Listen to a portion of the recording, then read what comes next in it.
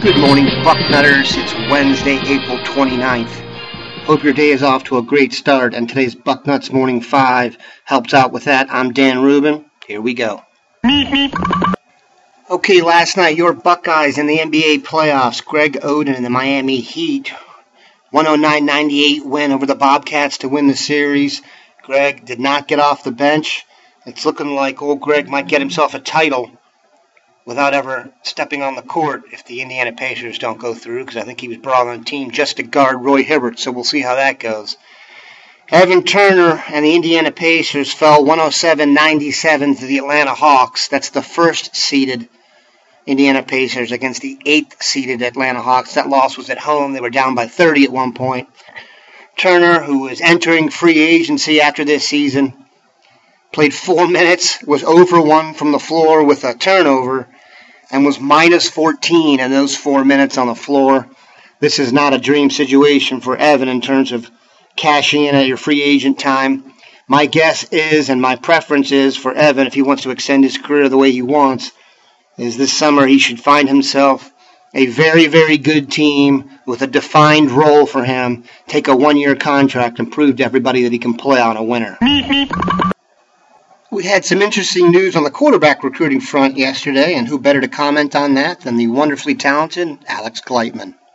Alex Gleitman back here on the Bucknuts Morning 5, talk a little bit about recruiting. Lorenzo Nunez, a quarterback down in Georgia, announced the top 3 yesterday of Ohio State, South Carolina, and North Carolina State. This one looked good for the Buckeyes early as they offered last summer in camp. I think they kind of slow-played Lorenzo a little bit. I mean, they've been on top of him, and recruiting him regularly, but I think you saw that they were out on a number of other targets. I think a couple of them they maybe liked a little bit more. And 3, he will make a decision in the next couple of weeks, and it is expected to be the South Carolina Gamecocks for his services. They lead the crystal ball 14 picks out of 17, and by all means it would be a very big shock if he becomes an Ohio State Buckeye. Another quarterback we like to talk about today, Brandon Wimbush, participated in the Washington, D.C. and New Jersey NFTC camps this past weekend. Did a great job in both of those, showing off strong arm and accurate arm, and he can certainly move around a little bit, running a spread offense for St. Peter's Prep in Jersey City. He is Ohio State's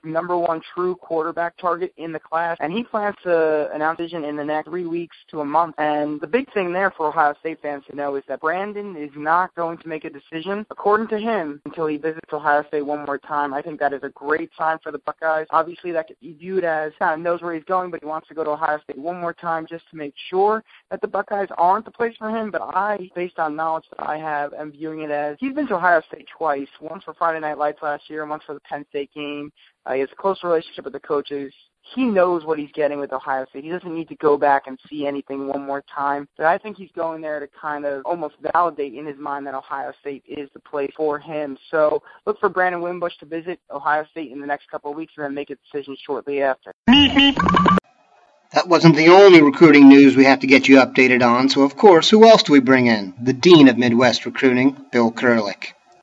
In the boarding house on Monday, there was an item about offensive lineman Noah Listerman from Cincinnati Winton Woods High School, a 6'7", 293-pounder, and the comparison was made to current Buckeye offensive lineman Taylor Decker in that when Urban Meyer arrived at Ohio State, Decker did not have an offer from Ohio State, but that was quickly rectified, and of course Decker has gone on to be an outstanding offensive lineman for the Buckeyes. Now we'll see what happens with Listerman. Listerman currently has a number of scholarship offers, including Michigan State, and that seems to be the school that he is leaning to at this point. He visited Michigan State this past weekend and had a great time, but he's not quite, at least yet, ready to make a decision, giving the Buckeyes some more time. Ohio State is very well aware of Listerman. He has been to Ohio State on more than one occasion, including the Ohio State-Wisconsin game, as well as a spring visit, and the Ohio State staff continues to evaluate him. Listerman has told me that he really likes Ohio State. In fact, Ohio State was his team growing up, and